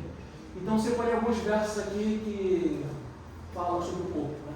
Então, o primeiro ali, nosso corpo é criado por Brahma, como eu falei. Né? Então eu separei aqui o Srimad Bhagavatam. Vai com vocês. Então eu separei o verso aqui do Srimad Bhagavatam, canto 3, capítulo 10, verso 1, que fala o seguinte: Shri Vidura diz, Vidura é o nome, enfim, ó grande sábio, ele está falando com o Maitreya. Ó grande sábio, por favor, explica-me como Brahma, o avô dos habitantes planetários, criou os corpos das entidades vivas de seu próprio corpo e de sua mente após o desaparecimento da Suprema Personalidade de Deus. Então, é um verso que fala assim, que Brahma nos criou. Tem vários versos, como eu falei, foi difícil pegar um. Mas aí ele está mandando a real, né? Como é que Brahma criou a gente? Então é um verso que comprova que nós fomos criados por Brahma. Né? Aí vem um detalhe, mais na frente até, acho que na Bhagavatam 10, 54, verso 45, que fala da constituição do corpo. Então está escrito assim: este corpo material, que tem começo e fim, é composto de elementos físicos, dos sentidos e dos modos da natureza. O corpo, imposto ao eu, ou seja, a alma, em virtude da ignorância material, faz com que pessoas experimentem o ciclo de nascimentos e mortes. Então esse corpo é uma ferramenta para a gente poder viver iludido, porque em algum momento a gente desejou isso ou mereceu de alguma forma. Prabhupada fala que não é importante saber como a gente veio parar aqui, mas sim como a gente pode sair daqui. Porque no Bhagavata ele mesmo apresenta algumas versões do porquê a gente veio parar aqui, isso é meio polêmico, não pode falar assim aula, tem tudo uma coisa, né? Mas o Prabhupada fala o seguinte: se você está num incêndio, não interessa saber como o incêndio começou, tem que sair dele. E para isso você não precisa saber a língua de alguém, porque se você for um estrangeiro e está em outro país, se alguém vê você desesperado saindo do incêndio, a pessoa já vai entender que você quer ajuda. Então é uma coisa bem universal, não requer assim, religião, conhecimento, raça, gênero, é tudo alma, né? Querendo sair daqui, desse planeta em chama. Tanto que Sansara tem essa ideia, né? Uma floresta em chamas e a gente está aflito querendo sair dela. Enfim, aí, cara, esse assunto, ele é muito técnico, não me pega muito, eu acho muito interessante, mas não me pega muito, porque assim, é um assunto sobre conhecimento material, sabe? Tipo, saber disso é legal, mas não vai assim melhorar a sua relação com Cristo ou algo do tipo, né? Mas quem quiser saber mais sobre o assunto, está no canto 2 e 3 do Bhagavatam, e fala muito detalhe que minha cabeça não consegue absorver, assim, fala que nosso corpo é feito de terra, aí depois vem a água, aí depois vem o fogo, aí depois vem não sei lá o quê, aí vem o som, aí vem o desejo. Mas, falando a grosso modo, nós temos os sentidos, né? Visão, paladar, tato, olfato, temos esses 5 elementos, terra, água, fogo, tudo isso está presente na gente, tipo fogo digestivo, né? Estamos no planeta água, temos terra, a Bíblia fala que do barro, então tem toda essa questão. E nós também temos o corpo sutil, né? Que é mente, inteligência e ego, né? Nós temos o falso ego, por exemplo, eu sou Abai, eu sou branco, eu sou carioca, mas eles são personagens, né? Eu tenho uma identidade original que eu estou esquecido dela, espero um dia poder lembrar. Né? Mas nós temos o ego verdadeiro e o falso ego. Né? Então, mente, inteligência, tudo isso constitui. Aí, eu não sei qual livro dos Vedas que fala isso, mas para quem é mais do yoga, mais indiana, tem a questão dos koshas, né? Mana Maya Kosha, Prana Maya Kosha, e são 7 camadas, como se fosse uma cebola, né? Aí, por exemplo, quando a pessoa morre e está muito apegada ao corpo, ela fica no campo da mente, né? Mana Maya Kosha, fica aqui na terra, vagando, essas coisas. Né? Então tem toda essa questão, esses detalhes. Né? Então, aí, terceiro tópico. Identificação corpórea. Srimad Bhagavatam 4, 29 e 70. Enquanto existir o corpo material sutil, composto de inteligência, mente, sentidos, objeto dos sentidos e as reações das qualidades materiais, também existirá a consciência de falsa identificação e seu objetivo relativo, o corpo grosseiro. Então aqui no Guru fala, né? A gente está aqui, a gente tem que agir, não tem como, né? A gente nasceu uma família, nós temos aquilo que é conhecido como Dharma, né? Temos uma responsabilidade com nossos pais, nossos irmãos, com a sociedade. Então não é que, eu sou alma, estou indo isso tudo, vou para a floresta. Não é isso, né? Não foi isso que Krishna ensinou para Arjuna. Arjuna é uma alma espiritual, mas naquela condição ele é um guerreiro. E Krishna falou, você é um guerreiro, você tem que lutar. Porque Arjuna falou, não, eu sou uma alma, eu quero ir para a floresta, meditar, transcender, não quero saber de luta não. Não, mas o teu dever é ser um guerreiro. Então nós temos deveres como filho, como pai, como empregado, como membro de uma sociedade. Então nós temos que agir, mas nós temos que entender que isso tudo é uma questão secundária.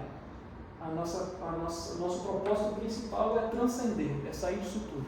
A gente vai falar isso melhor também na aula de hoje, lá embaixo. Né? Deixa eu só perguntar uma coisa, o que é um material sutil? O material sutil é a mente, a inteligência, os sentimentos, as A gente não emoções. pode ver, né? Mas chama assim. Os fantasminhas estão no corpo sutil. Fantasminha existe, gente. Acreditam. E o último ponto ali, é necessário transcender toda essa concepção corpórea. Né? Peguei ali Shimabhata, capítulo 2, capítulo 9, verso 3. Uma pergunta. Porque assim, quando o corpo morre, o certo é que a alma migre e nasça em outro corpo, né? E se conecte ao corpo que vai que está na matéria. Por acaso, esses Budas, né, ou os fantasmas, eles não vão para outro corpo quando eles estão muito apegados àquele corpo material, no caso tipo assim, que ele perdeu naquele momento? Tipo assim, às vezes uma pessoa morre de maneira inesperada, né? Um acidente de carro, a pessoa nem parou para pensar que poderia morrer naquele momento, né? Ou alguém jovem que está numa condição terminal no hospital e estava cheio de sonhos, cheio de objetivo de vida, né? Então a pessoa ali não aceita muito bem aquilo que ela está passando, então ela fica ali apegada àquilo tudo, né?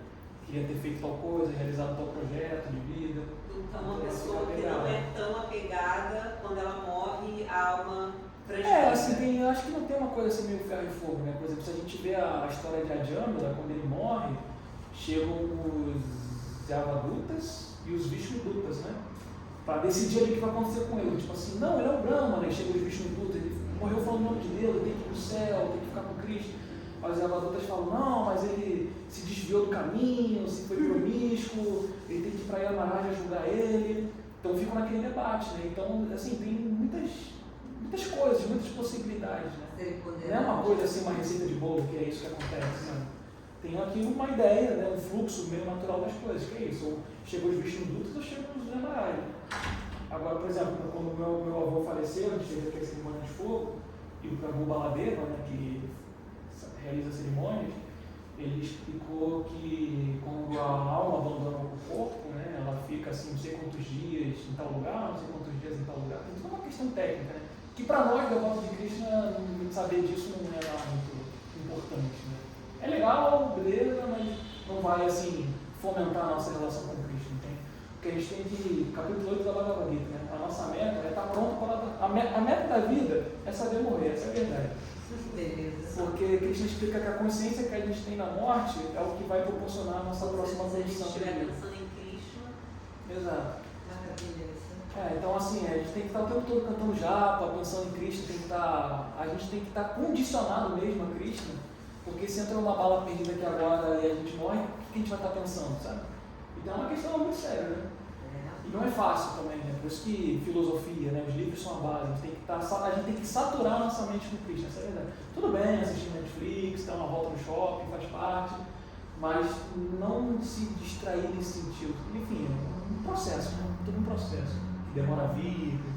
Prabhupada fala que uma ideia pode durar 1 minuto ou muitas vidas, né? Depende do que a gente quer. Então, ali o último, né? É necessário transcender a concepção corpórea. Logo que se situa em sua glória constitucional e passa a desfrutar a transcendência que está além do tempo e da energia material, a entidade viva abandona de imediato os 2 falsos conceitos de vida, eu e meu. E então torna-se plenamente manifesto como o eu puro, né? Essa pessoa é conhecida como Atmarama, né? Atma significa alma, né? Entidade viva, nós, almas, né? E Rama, tem o nome de Krishna, significa a fonte de toda a felicidade, né? Então Atmarama é aquele que sente felicidade no eu, né? Então essa pessoa, ela não tem, Krishna fala na Bhagavad Gita, né? Essa grande alma, ela não tem débito com ninguém, não deve nada a ninguém, porque ela já está completamente liberada, né? Ela só está aqui cumprindo qualquer um. Então ele já transcendeu tudo isso de eu e meu, né? Todas as conquistas que a gente tem. Aquele ditado, né, que fala, você não vai levar nada para o caixão, né? Não importa se você mora num condomínio, num Alphaville, se você tem mansão, se você tem uma Lamborghini. Cara, você vai para baixo da terra como todo mundo. Né? O padre ali fala do Milândia, né, que teve uma época da Índia ali, até hoje, né, tem muita treta assim, entre muçulmanos e hindus, né? Só que teve uma época que teve uma guerra civil mesmo lá dentro da Índia, né? E o Prabhupada falou que, tava todo mundo se matando por defender ideais diferentes, mas no fim, os guardas pegavam os corpos e jogavam tudo no mesmo lugar. Porque se era muito muçulmano, indiano, era tudo não branco. Então, tanto faz, sabe? Por isso que o Prabhupada falou que nossa ideia não é converter ninguém. A gente não é. Por exemplo, o Prabhupada, ele não ia ganhar nada, né? Levando Krishna para as pessoas. Ele fez isso porque o mestre dele pediu e ele, por amor, né, querer salvar as pessoas, ele veio, né, e fez todo esse movimento maravilhoso. Mas ele mesmo não ganha nada com isso, né? Apesar de Krishna falar na Bhagavad Gita que uma pessoa que se ocupa disso é a mais querida para ele. Mas assim, ele não precisava, tanto que ele estava já, né, ele era sannyasi, ele estava lá em Vrindavan, morando num templo de Radha Damodara, ele era muito querido, muito prestigiado, ele dava excelentes aulas, cantava muito bem, todo mundo tinha muito respeito por ele. No entanto, ele saiu de lá e veio para os países ocidentais. Os planetas infernais. Pregar com a essência de Krishna, quase morreu, veio pobre, sabe? Passou por diversas dificuldades. Para quê? Ele não precisava, né? A gente que precisa. Por isso que a gente é muito grato sempre, devemos a nossa vida estar colocada. Então, beleza, estamos chegando aqui na reta final, vamos falar agora de Bhagavad Gita. Então, tudo bem, Ana? Vamos fazer uma pergunta sobre o corpo, tudo que foi dito? Muita informação, né? Mas depois processo.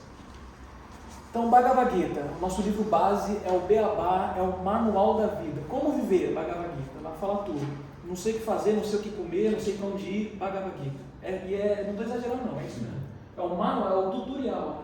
A gente vai no YouTube e procura como tocar uma porta, como fazer um site, como minha embreagem não está funcionando. Tudo isso, não necessariamente isso, mas está na Bhagavad Gita. O que eu tenho que fazer, o que eu tenho que comer, o que eu tenho que pensar, o que eu tenho que falar, com quem deve ser meus amigos, o que eu devo fazer em casa, Bhagavad Gita. Então ali tem uma foto bem emblemática, né, que é a própria guerra de Kurukshetra ali, onde Krishna conversa com Arjuna, né, acontece esse diálogo. A Bhagavad Gita aconteceu, tipo assim, acho que 1 hora de conversa, alguma coisa assim, né? Que em livro chegou em 700 versos de uma vida de estudo. Né? E ali do lado tem uma arte, né, de Prabhupada ali sentado pregando a Bhagavad Gita, né? Tem ali um monte de devotos, sentados ali ouvindo, e ali falando ali da conversa transcendental que Arjuna e Krishna tiveram. Né? Então, eu peguei aqui um pedaço da introdução Gente, a introdução da Bhagavad Gita é muito boa, eu recomendo que todo mundo leia e quem já leu, lê de novo. A introdução da Bhagavad Gita é assim, mind blowing, assim, né? Porque acho que uma pessoa consegue transcender só de ler a introdução da Bhagavad Gita, de tão boa que ela é. Então eu separei aqui um parágrafo que Prabhupada fala dos 5 principais temas da Bhagavad Gita. Esses temas são Ishvara, que é o controlador supremo, né? Ishvara, o controlador supremo. É Krishna nesse humor, como eu falei, de Deus, está controlando as coisas, é Ishvara, Krishna, né? Divas, que são entidades vivas, né? Nós, almas, atmas, divas, entidades vivas. Kala, que é o tempo. O tempo é a vontade de Krishna. Né? O mundo material só existe porque tem tempo. Né? Isso tira a eternidade de jogo, né? Que é espiritual. Prakriti, que é essa energia material, como a gente vai ler o corpo, feito de elementos, né? A natureza material, Prakriti. E karmas, que é a ação. Né? A gente costuma entender karma como reação, eu vou colher karma dessas coisas. Mas karma é ação, é agir. Tudo isso é karma. Então, a introdução da Bhagavad Gita, eu separei esse Prabhupada comentando. Ele comenta isso na introdução inteira, né? Mas eu separei aqui quando ele começa a abranger esse tema, né? As 5 verdades essenciais da Bhagavad Gita. Então, Prabhupada fala o seguinte: o assunto da Bhagavad Gita envolve a compreensão de 5 verdades básicas. Em primeiro lugar, explica-se a ciência de Deus e também a posição constitucional das entidades vivas, as divas, com J. Existe o Ishvara, que significa o controlador, e há as divas, as entidades vivas, que são controladas. Se uma entidade viva diz que não é controlada, mas sim livre, então ela é doida. Isso aqui não foi o que escrevi não, tá? Foi a tradução mesmo. Ela é doida. O ser vivo é controlado em todos os aspectos, pelo menos em sua vida condicionada. A Bhagavad Gita, aqui está O, mas enfim, teve um entendimento aí do Sanskrit, que Bhagavad Gita é feminina, então é A, esqueci de consertar. A Bhagavad Gita, então, descreve Ishvara, o controlador supremo, e as divas, as entidades vivas controladas. Também discute Prakriti, a natureza material, e o tempo, Kala, a duração da existência de todo o universo, ou da manifestação da natureza material, e Karma, as atividades. A manifestação cósmica está cheia de diferentes atividades. Todas as entidades vivas estão ocupadas em diversas atividades. Através da Bhagavad Gita, devemos aprender o que é Deus, o que são as entidades vivas, o que é Prakriti, o que é a manifestação cósmica, como ela é controlada pelo tempo e quais são as atividades das entidades vivas. Então, assim, é muito difícil tentar resumir a Bhagavad Gita, né, 700 versos de pura filosofia em um slide, né? Mas botei aí os principais temas que são abordados na Bhagavad Gita, né? E é interessante porque, na verdade, a Bhagavad Gita era para ela ter terminado no capítulo 2, né? Porque Arjuna está em ilusão, revela a mente ali para Krishna que está com dificuldade, e no capítulo 2 Krishna fala tudo. Fala que ele é o corpo, fala que ele é a alma, fala que tem que transcender, que tem uma morada suprema. Só que mesmo assim Arjuna fica cheio de dúvida, e cada capítulo é uma pergunta de Arjuna, né? E no final ele entende. E está tudo bem ter dúvidas, né? Mas o capítulo 2 era, tanto que o capítulo 2 é conhecido como o resumo da Gita, né? Interessante. Então a pessoa, se não é recomendado, mas se tiver sem tempo, pelo menos o capítulo 2 tem que ler. Eu vi em algum lugar que o ideal, assim, não conheço, alguma coisa Ouviu, que eu né? peguei. Rádio Corredor. Eu li, na verdade, foi tipo uma apostila, não sei de onde, que fala que o certo de se estudar a Bhagavad Gita é a partir do capítulo 3 até o 18, e depois você volta para o capítulo 2 assim, e depois você vai para o capítulo 1. Não, a recomendação que o Prabhupada dá é que a Bhagavad Gita deve ser estudada com o auxílio de um devoto, né? Porque às vezes só lendo o verso a gente está com dúvida ainda, né? Como a gente vê aqui, se substecta. Então às vezes só lendo o verso a gente não entende. O Prabhupada, muito misericordioso, fez os comentários, mas mesmo assim às vezes pode surgir alguma dúvida. Então assim, Prabhupada ele veio de uma realidade, assim, um devoto puro, veio da Índia, uma cultura diferente. Então às vezes um devoto brasileiro, carioca, que tem a tua realidade também, pode te ajudar a entender melhor as coisas, entendeu? Esse é o auxílio. Alguns devotos falam que pode começar do capítulo 2, porque no capítulo 1 ele é meio maçante, porque fala das pessoas, das personalidades, coisas do tipo. Aí no capítulo 2, sei lá, pode ter algum comentário meio polêmico que fala do dever do homem e da mulher, quem é muito apegado a isso pode ir, meu Deus do céu. E aí, enfim, mas pelo menos o capítulo 2. Capítulo 1 lê, porque é legal ler tudo, né? Mas é meio maçante, assim, falando das personalidades, coisas do Mahabharata, que não tem às vezes muito a ver com o contexto da Bíblia. Mas se a pessoa entende a história do Mahabharata, ela consegue entender melhor a Bhagavad Gita e o que está acontecendo. Aqui eu botei os 4 principais versos da Bhagavad Gita, que eles são conhecidos como Chatur Sloka. Chatur são 4, Sloka são versos. Então, os principais versos da Bhagavad Gita. Meu guru uma vez falou assim pra gente: se alguém perguntar para vocês o que é Bhakti Yoga, você cita esses 4 versos. É o Bhagavad Gita, capítulo 10, do verso 8 ao 11. Então, os principais versos são os seguintes: Krishna falando, né? Eu sou a fonte de todos os mundos materiais e espirituais. Tudo emana de mim.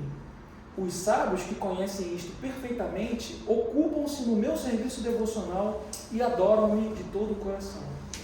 Os pensamentos de meus devotos puros residem em mim. Suas vidas são plenamente devotadas a meu serviço, e eles obtêm grande satisfação e bem-aventurança, sempre se iluminando uns aos outros e conversando sobre mim. Aqueles que estão constantemente devotados a me servir com amor, eu dou a compreensão pela qual eles podem vir a mim. Para lhes mostrar misericórdia especial, eu, residindo em seus corações, destruo com a luz brilhante do conhecimento a escuridão nascida da ignorância. Então tem um ditado que fala que quando a gente dá um passo para Cristo, ele dá 100 em nossa direção. Então assim, nós aqui, nessa realidade, né, eu sempre costumo usar assim, o exemplo que a gente é carioca aqui, porque Rio de Janeiro é muito difícil, né? Muito desfrute, praia, balada, assim, pessoas mal educadas, tem de tudo, né? E a gente, tá nessa realidade difícil, dura, materialmente falando, pobre, né? E a gente está se esforçando na medida do possível para tentar conhecer Cristo, né? Ler um versinho, visitar o templo.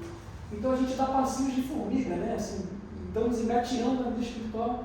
Mas Cristo é tão bom que mesmo com essa dificuldade que nós temos no mundo material, ele facilita. Então ele nos dá o conhecimento no coração dele, como a senhora perguntou do Guru, né?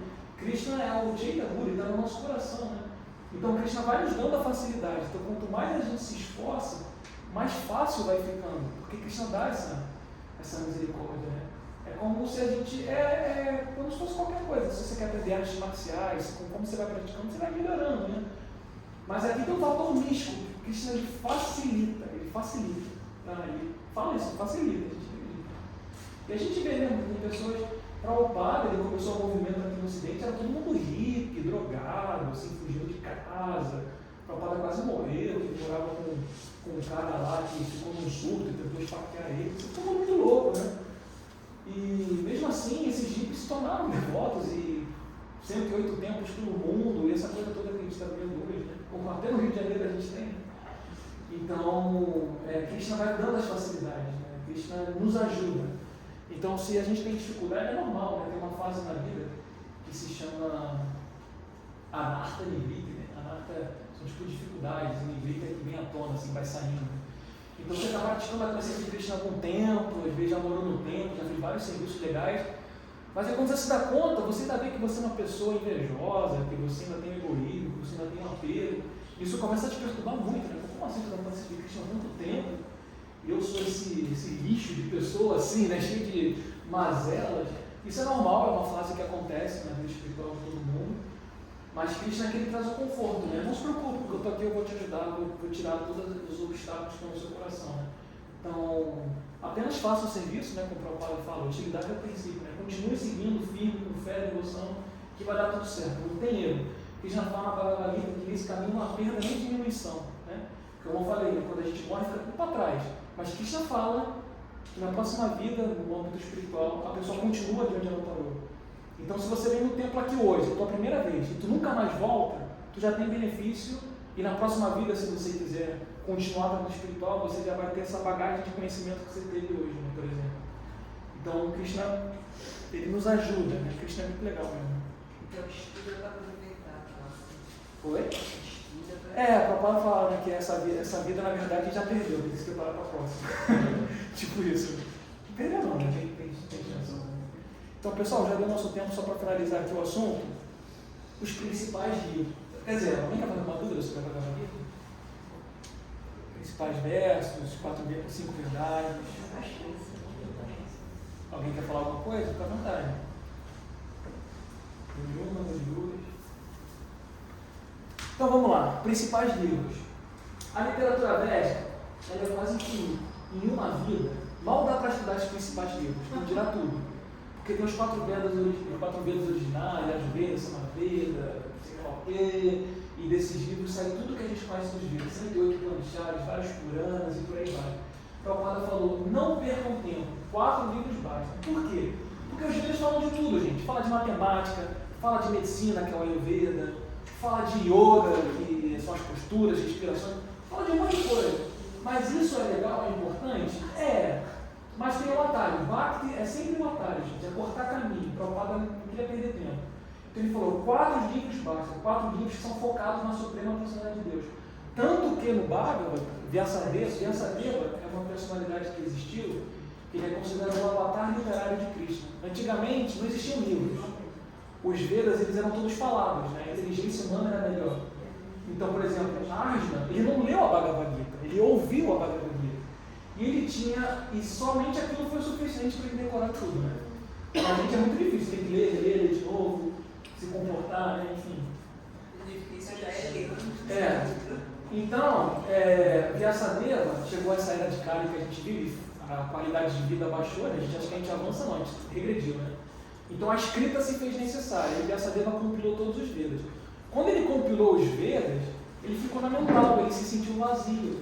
E ele foi conversar com o guru dele, Narada Muni, e ele falou assim, Narada Muni falou assim, por acaso você está feliz em associar o avanço espiritual ao controle da mente e tudo mais, porque os Vedas falam disso, controle da mente, rituais, cerimônia de fogo, agradar semideus, fala um monte de coisa. Né? Aí Narada Muni fala, você está na mental porque você falou de tudo, e Krishna está só ali, como se fosse mais uma parte dos Vedas, você não escreveu algo dedicado a ele. Então o que Vyasadeva fez? Escreveu o Srimad Bhagavatam. Esse segundo livro é o mais importante de todos. Tá? Aos interessados são 19 mil versos. Tem devoto que já leu tudo, tem caminho aí. Então é livro assim, tem gente que vai morrer e não vai conseguir ler tudo. Todos interpretados. Interpretado não, comentado. Comentados por Prabhupada. Os comentários de Prabhupada são altamente baseados nas escrituras, né? Ele é devoto puro, nascido em família de devoto. Ele é uma autoridade, né? Para saber. Todos eles, sem exceção. Verso por verso. Prabhupada comentou quase todo. Tem verso que é meio técnico, assim, não faz muito sentido comentar, mas a maioria esmagadora é importante para Deus. Os finais, né? Os finais foi a tiara dele. Chegou numa etapa que Prabhupada abandonou o corpo, e quem deu continuidade foi a tiara dele, né? Que foi o responsável até por iniciar o movimento aqui na América Latina. Então esses são os principais livros, gente. Aí aqui eu fiz um overview de cada um com poucas palavras, né? A Bhagavad Gita são as palavras de Krishna. A Bhagavad Gita é um livro filosófico e ele está na categoria de Upanishad. Upanishad significa sentar e ouvir, né? Grosso modo. Então a Bhagavad Gita é um livro filosófico, também conhecido como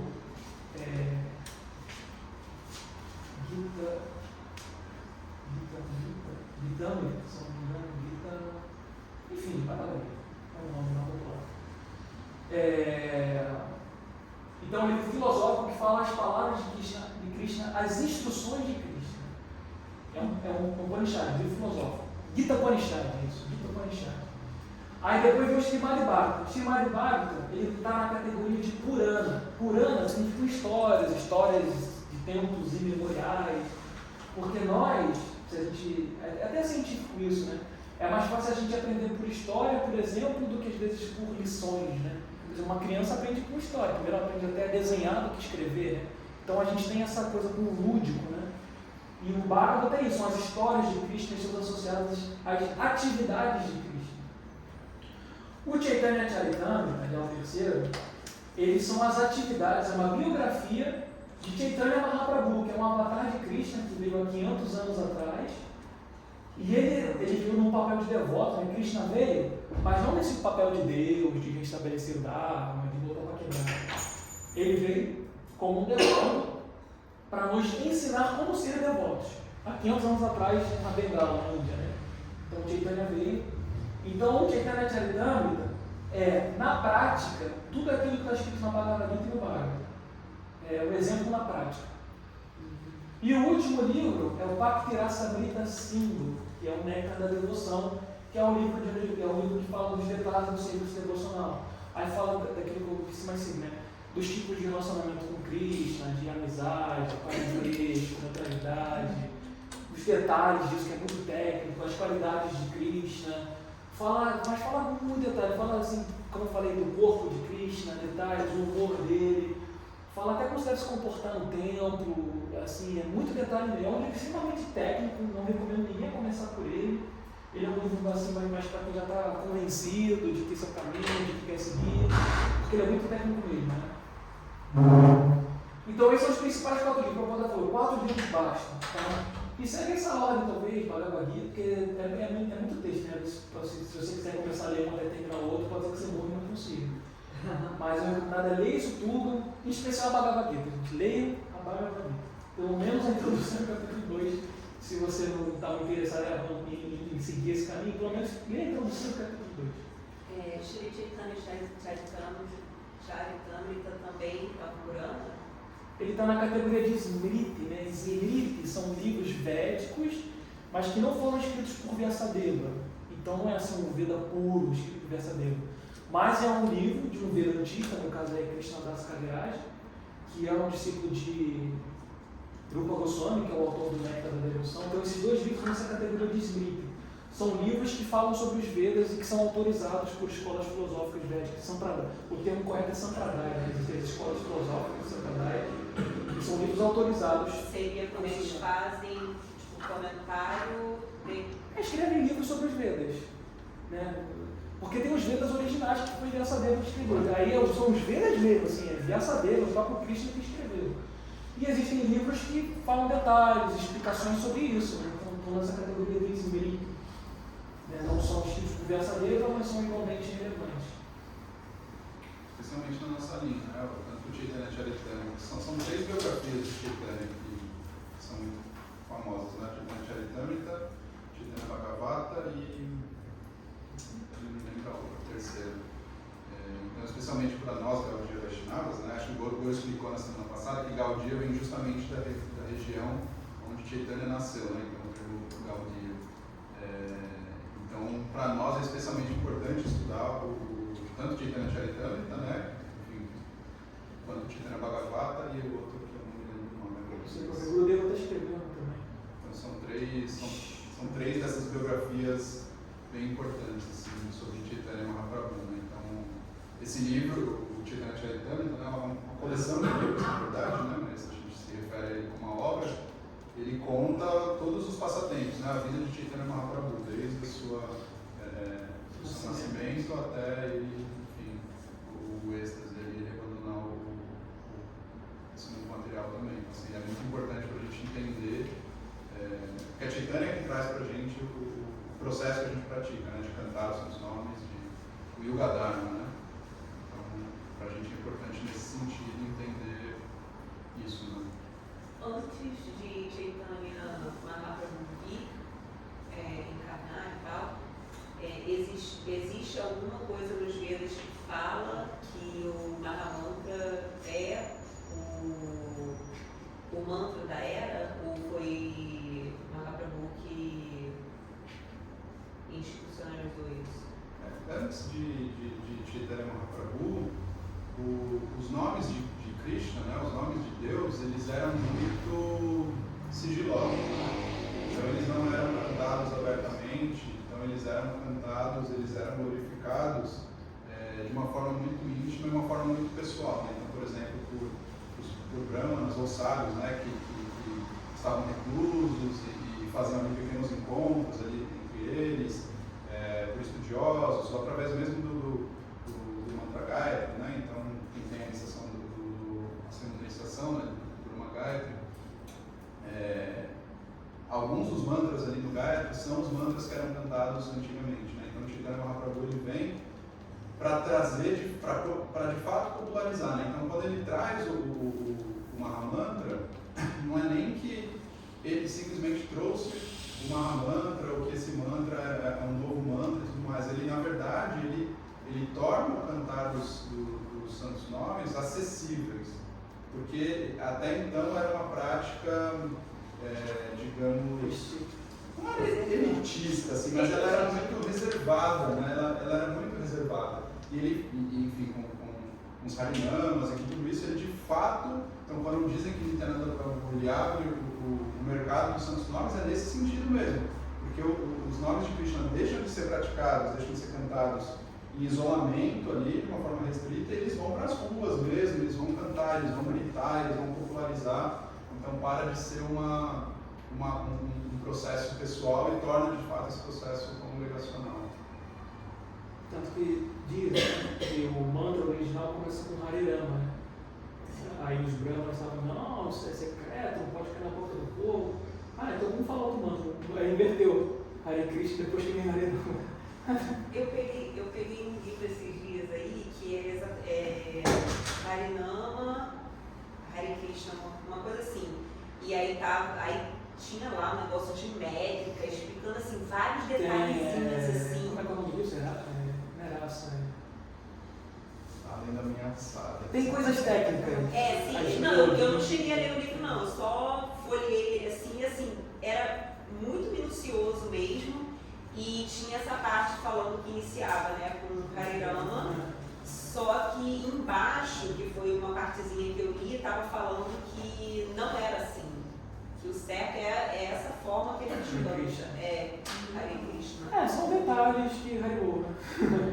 O importante é cantar. Acaba que no final, Então, o fluxo é aquilo, não importa como o incêndio ciclo, começou, né? Dizem que antigamente, né, nessa era védica e tudo mais, antes de Mahaprabhu, os nomes de Krishna que se cantava era o Gopala Gayaka, né, que é um dos mantras que estão do eu acabou de só se cortar. Pessoal, aqui já terminou, tá? Se alguém quiser já ir no banheiro, beber água, fica à vontade. Não vou apresentar mais nada aqui, não. Então, e é de fato um mantra que você recebe do seu mestre espiritual, um mantra mais restrito ali.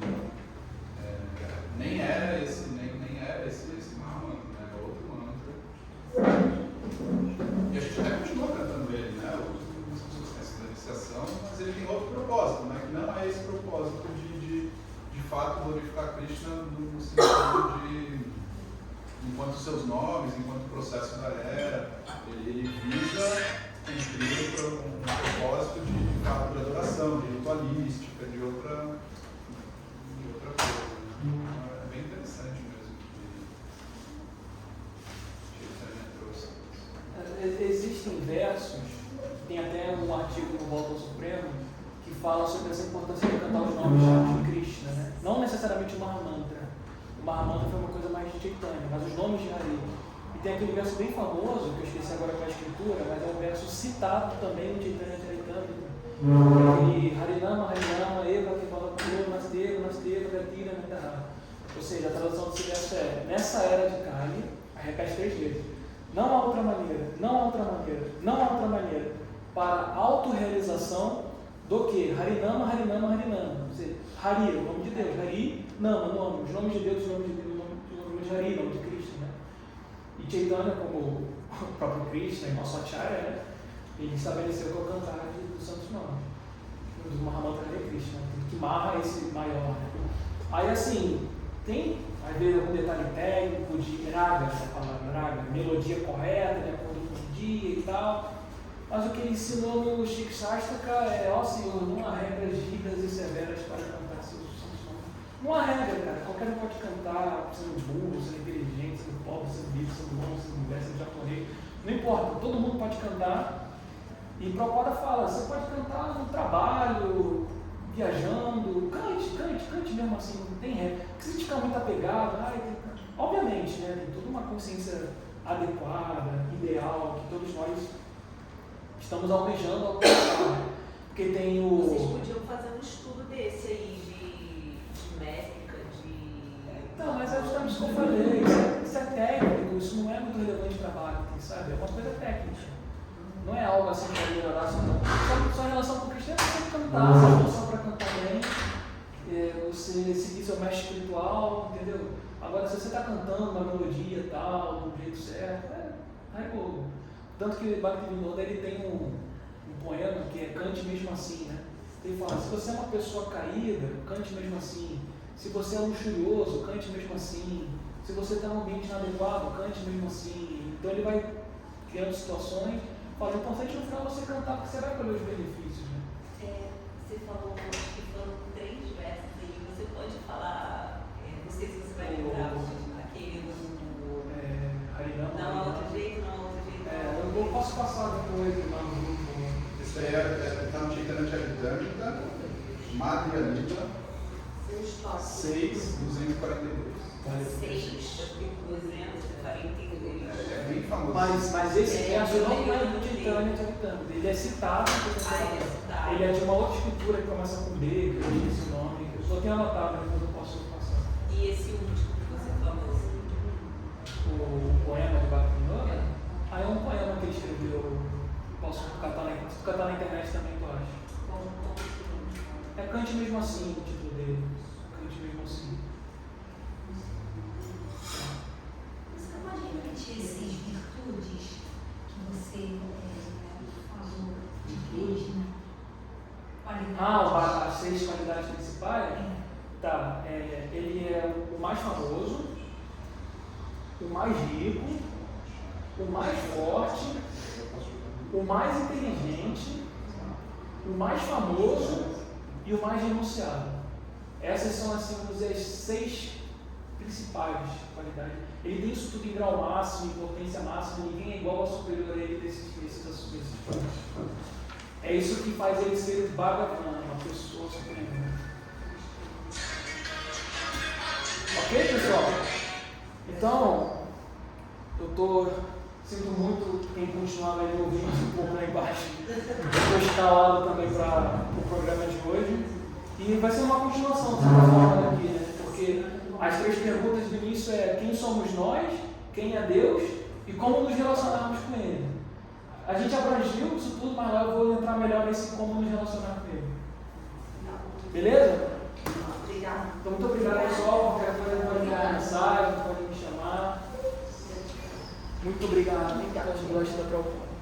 Tchau. Adicionei, eu vou colocar lá, e aí